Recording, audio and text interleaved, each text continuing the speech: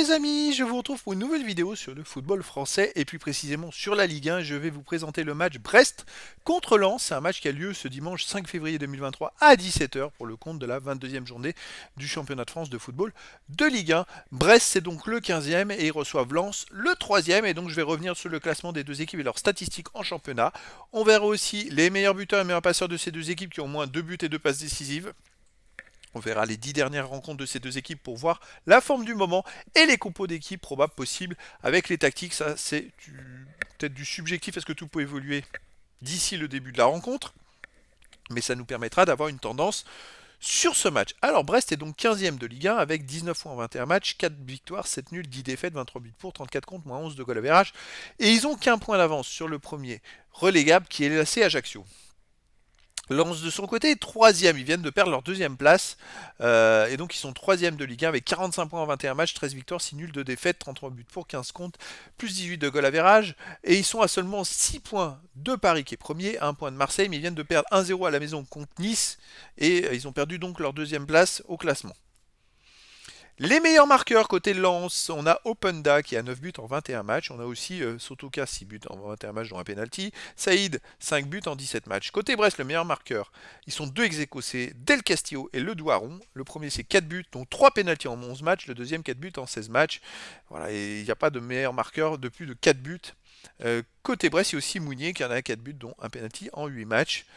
Côté Brest. Pour les meilleurs passeurs pour Lens, Sotoka est à 6 passes décisives en 21 matchs et donc est 5e passeur du championnat. Et côté Brest, il y a Franco Nora qui est 12e passeur du championnat avec 4 passes en 21 matchs. Et Romain Del Castillo, c'est 3 passes en 11 matchs. En 11 matchs de Romain Del Castillo, il avait quand même mis 4 buts, dont 3 pénaltys et 3 passes décisives. Tous les derniers résultats de ces deux équipes sur les 10 derniers matchs. Alors Brest sur les 10 derniers matchs, c'est 3 victoires, 3 nuls, 4 défaites, 13 buts pour, 13 comptes, 0 de goal average.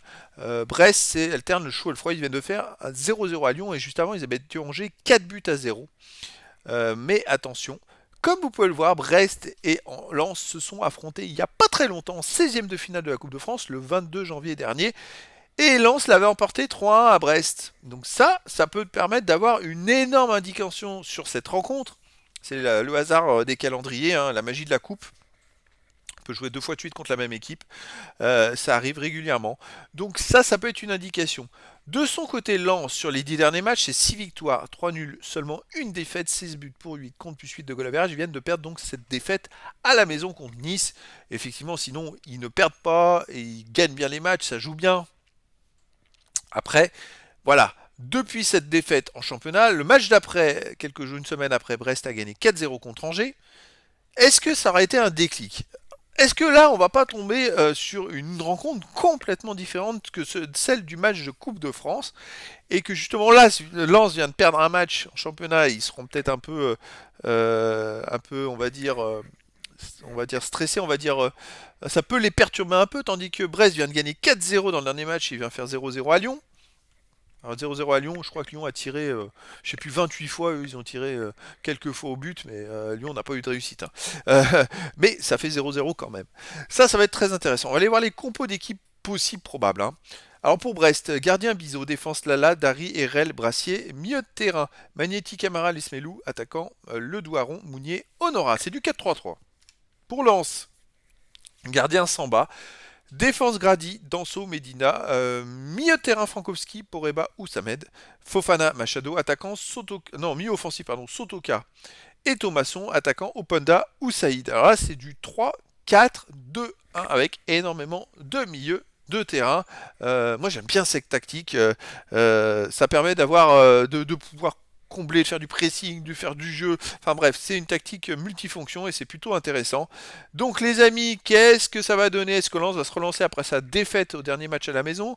Est-ce qu'ils vont reproduire le même match qu'en coupe du 22 janvier dernier où Lens avait gagné 3-1 en Coupe de France à Brest?